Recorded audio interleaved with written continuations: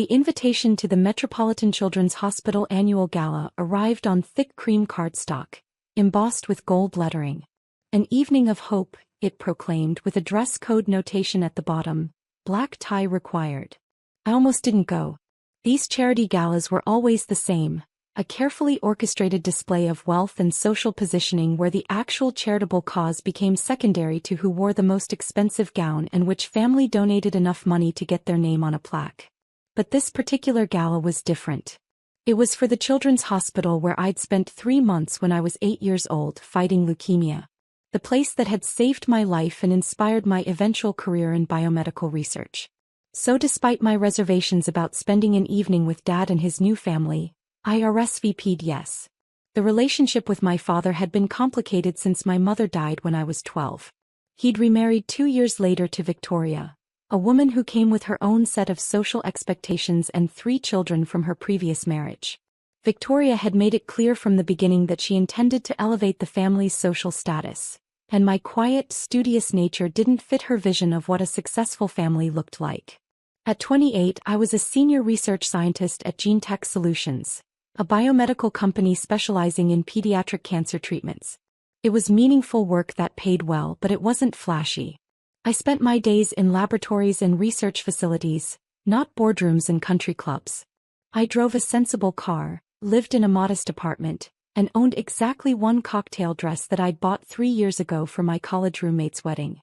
Victoria found my lifestyle disappointing, and never hesitated to share suggestions about how I could be more successful, meaning more visible, more social, more focused on accumulating the kind of wealth and status that impressed her friends. Dad, to his credit, had initially defended my choices. But over the 6 years since his remarriage, I'd watched him gradually adopt Victoria's values and perspectives. Her children, Michael, 26, who worked in real estate, Jennifer, 24, who was finishing her MBA, and David, 22, who was still in college, had all embraced the competitive social climbing that Victoria encouraged. I had not. Which brought me to Saturday evening standing in front of my closet, trying to figure out how to look appropriately dressed for a $500 per plate charity gala. The black cocktail dress was my only option. It was simple, elegant, and bought at a department store rather than a designer boutique. I paired it with modest heels and the pearl necklace my mother had left me. In the mirror, I looked presentable but unremarkable, exactly what I'd intended. What my family didn't know was that my modest lifestyle was deliberate choice, not a financial limitation. 3 years ago, I developed a breakthrough treatment protocol for pediatric leukemia that had attracted the attention of several major pharmaceutical companies. After a bidding war that lasted 6 months, I'd licensed my research to Biopharm Industries for $47 million upfront plus royalties on future sales. The money had been life-changing, but I'd been extremely careful about how I used it. I'd invested the majority through a private wealth management firm, donated substantial amounts to medical research foundations, and continued living modestly while I figured out how to handle sudden wealth responsibly. I'd kept the financial windfall private for several reasons. The medical research community could be competitive, and I didn't want colleagues treating me differently because of money. My family had a tendency to treat any success as a group achievement rather than an individual accomplishment. And honestly, I'd learned that people's attitudes toward you change dramatically when they know you're wealthy.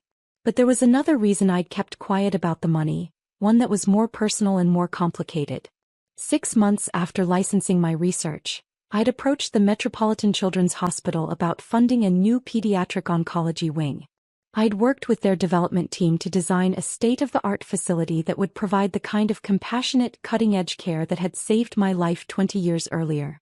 The donation was $10 million, structured through a foundation I'd established specifically for medical research funding. I'd requested complete anonymity, not wanting the attention that came with being a major donor. For 3 years I'd watched as the new wing was designed, built, and equipped with the latest technology. I'd attended construction updates and equipment installations, always in my capacity as a research consultant, rather than as the donor. The wing was scheduled to open next month, and tonight's gala was meant to celebrate its completion and thank the anonymous donor who had made it possible. I arrived at the Metropolitan Club at 7 p.m., valet parking my modest Honda Civic behind a line of luxury vehicles. The contrast was stark: BMWs, Mercedes and Porsches gleaming under the valet lights, while my 5-year-old Honda looked like it belonged in a different postal code. Inside, the ballroom was decorated in silver and gold, with elegant floral arrangements and soft lighting that made everything look expensive and sophisticated. I found the registration table and picked up my name tag, then looked around for my family's table. Dad was easy to spot: tall, distinguished, and wearing the kind of perfectly tailored tuxedo that announced serious money. Victoria stood beside him in a stunning emerald gown that probably cost more than most people's monthly rent, her diamond necklace catching the light with every movement. Her children were arranged around them like a perfectly styled family portrait. I approached their table, and Victoria's smile was the kind that managed to be welcoming and condescending simultaneously. "Claire, darling, you made it." She air-kissed me in the way that never actually made contact. "Don't you look nice?" Nice. The word carried just enough emphasis to make it clear that nice was several steps below what she'd hoped for. "Thank you, Victoria. You look beautiful." "This old thing." She touched her necklace casually. "It was Robert's anniversary gift. 20 carats, you know."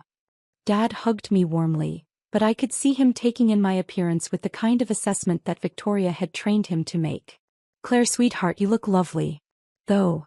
He glanced at Victoria, then back at me. "Maybe next time we could go shopping together? Victoria knows some wonderful boutiques." The implication was clear. My appearance was adequate but could be improved with proper guidance and more expensive clothes.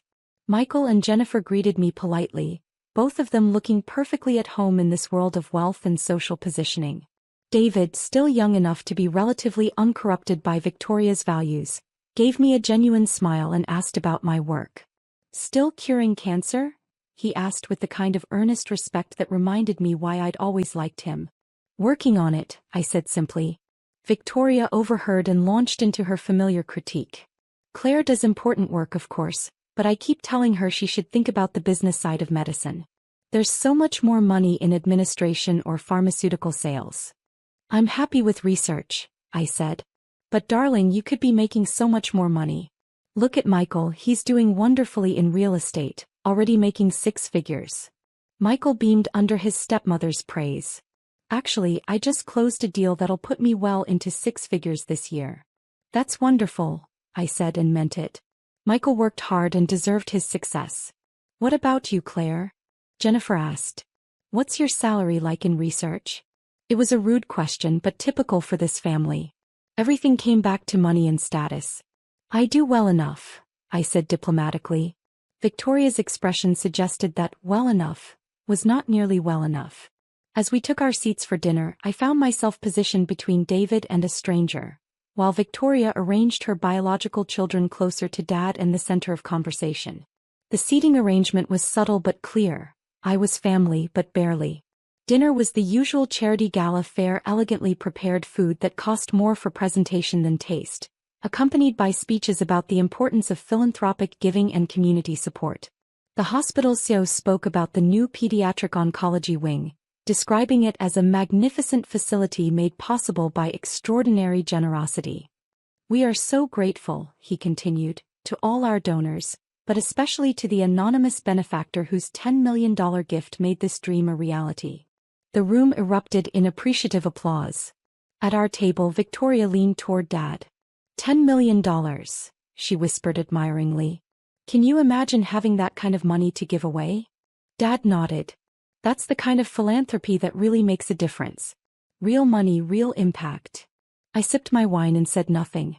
As dessert was being served, Dad leaned across the table toward me, his voice low but carrying clearly to the rest of our group.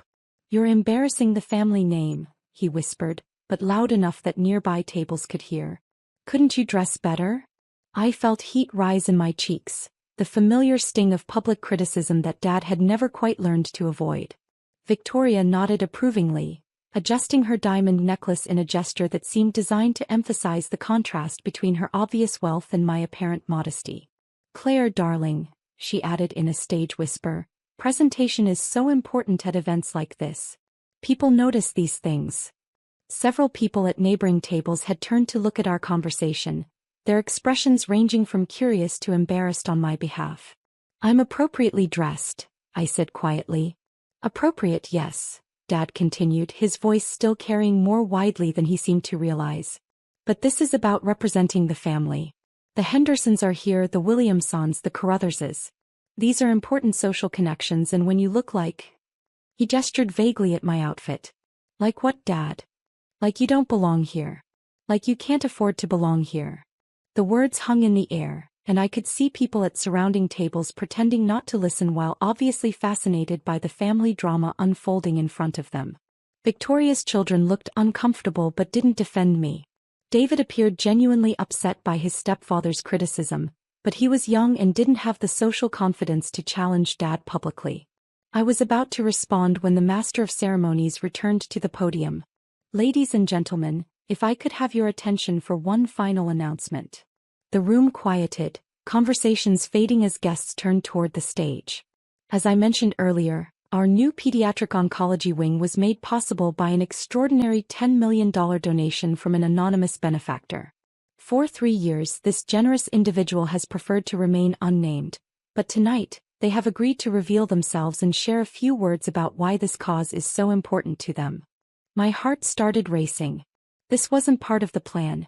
I'd specifically requested complete anonymity, with no expectation of public recognition. Then the host announced, "Our anonymous $10 million donor has agreed to reveal themselves tonight." Dad had been taking a sip of wine when the announcement began, and at the mention of the donor reveal he nearly choked, wine going down wrong as he processed what he was hearing. Victoria's eyes lit up with excitement, clearly thrilled at the prospect of discovering which of their social circle was wealthy enough to make such a donation. "Ladies and gentlemen," the MC continued, "please join me in welcoming Dr. Claire Morrison, whose groundbreaking research in pediatric leukemia treatment and extraordinary generosity have made tonight's celebration possible." The room erupted in applause, but at our table, complete silence. Dad's wine glass was frozen halfway to his mouth, his eyes wide with shock. Victoria's expression had shifted from excited anticipation to complete bewilderment. Michael and Jennifer were staring at me like I'd suddenly sprouted wings. Only David was smiling, clapping enthusiastically as he realized what had just happened. I stood slowly, my legs unsteady, and made my way to the podium. The applause continued, growing stronger as people realized the magnitude of what they'd just learned. At the microphone, I looked out at a room full of faces. Some surprised, some impressed, some calculating what this revelation meant for their own social positioning. "Thank you," I began, my voice steadier than I'd expected. "This is unexpected. I had planned to remain anonymous." Gentle laughter from the audience. 20 years ago, I was a patient in the old pediatric oncology ward at Metropolitan Children's Hospital. I was 8 years old, fighting leukemia and terrified. The room had gone completely quiet. The doctors and nurses in that ward saved my life, but more than that, they showed me what compassion looked like. They treated me not just as a patient, but as a whole person worthy of dignity and hope. I paused, finding Dad's face in the crowd. He was still staring at me in shock. That experience inspired me to pursue medical research. Everything I've accomplished professionally stems from wanting to give other children the same chance at life that I received. More applause, warmer now. The new pediatric oncology wing represents the kind of care every child deserves, cutting-edge medical technology combined with an environment designed for healing and hope. It's not just about treating disease. It's about preserving childhood and supporting families during the most difficult time in their lives. I looked directly at my table where Victoria was still processing the revelation. This donation represents the best use I could imagine for money I've been fortunate enough to earn. Medical research has been very good to me, and I believe in using that success to create opportunities for others. As I returned to my seat, the applause was thunderous. People were standing, clapping enthusiastically, and I could see phones being pulled out as news of the revelation began spreading on social media. At our table, the silence was deafening. Dad was the first to find his voice. "Claire, $10 million. How did you?" "I licensed my research to Biopharm Industries 3 years ago," I said simply. "Pediatric leukemia treatment protocols." It was a significant deal. Victoria's mouth was opening and closing without sound. Finally, she managed, "You've had $10 million for 3 years?" "I've had more than that. The licensing deal was $47 million upfront, plus royalties. Michael's champagne glass slipped from his hand, shattering on the floor. 47 million? Jennifer whispered. Plus ongoing royalties from treatment sales. It's been quite successful. Dad looked around the table, then back at me. Claire, why didn't you tell us? When? During the conversations where you criticized my career choices? During the family dinners where Victoria explained how I could be more successful if I just focused on making money instead of wasting time on research. Victoria finally found her voice. But darling, if we'd known. If you'd known what? That you didn't need to be embarrassed by my modest lifestyle? That you didn't need to criticize my appearance at charity galas? That the family name wasn't actually being damaged by my choice to live quietly while working in medical research. The surrounding tables had gone quiet again, clearly listening to our family conversation with fascination. Dad's face had gone pale. Claire, I had no idea. The things I said tonight. The things you said tonight reflect what you actually think about me, Dad. The only thing that's changed is your knowledge of my bank account balance. Victoria was rapidly recalculating social dynamics. Well, of course we're proud of you, sweetheart. We always knew you were special. Did you? Because 20 minutes ago, Dad was telling me I was embarrassing the family name with my appearance. You were suggesting I needed to dress better to represent the family properly. People at neighboring tables weren't even pretending not to listen anymore. Our family drama had become dinner theater for half the ballroom. That was before we understood. Victoria began. Before you understood that I could afford better clothes? That I chose to dress modestly rather than being forced to by financial limitations. David finally spoke up. Claire, this is incredible. You've literally saved children's lives and funded an entire hospital wing. That's amazing. Thank you, David. But why did you keep it secret? Michael asked. I mean, this is incredible success. Why not share it with family? I looked around the table at these people who had spent years making me feel inadequate for choosing meaning over money, purpose over profit. Because I learned that this family's respect and inclusion was conditional on wealth and status. Because I wanted to see how you'd treat me when you thought I was just a researcher making a modest salary. Because I wanted to know if you valued me for who I am or for what I could provide. The silence stretched uncomfortably. And now we know, I continued quietly. Dad reached across the table. Claire, we love you. We're proud of you. You just assumed that because I lived modestly and worked in research, I wasn't successful enough to represent the family name properly. We made mistakes, Victoria said, her voice smaller than I'd ever heard it. You made choices. You chose to criticize instead of support. You chose to assume instead of ask. You chose to value appearance over substance. I stood up from the table. Where are you going? Dad asked. Home. I've accomplished what I came here to do, support the hospital and the new wing. The social networking portion of the evening doesn't really interest me. As I walked away from the table, I could hear urgent whispered conversations breaking out behind me. My revelation had shifted every social dynamic in the room, and people were rapidly adjusting their understanding of who I was and what my presence at future events might mean. My phone was already buzzing with notifications, news outlets picking up the story, medical research colleagues congratulating me, and several text messages from people at the gala who suddenly wanted to connect. In the valet line, I handed over my ticket and waited for my Honda Civic, smiling at the thought of driving away from this display of wealth and status in my sensible, practical car.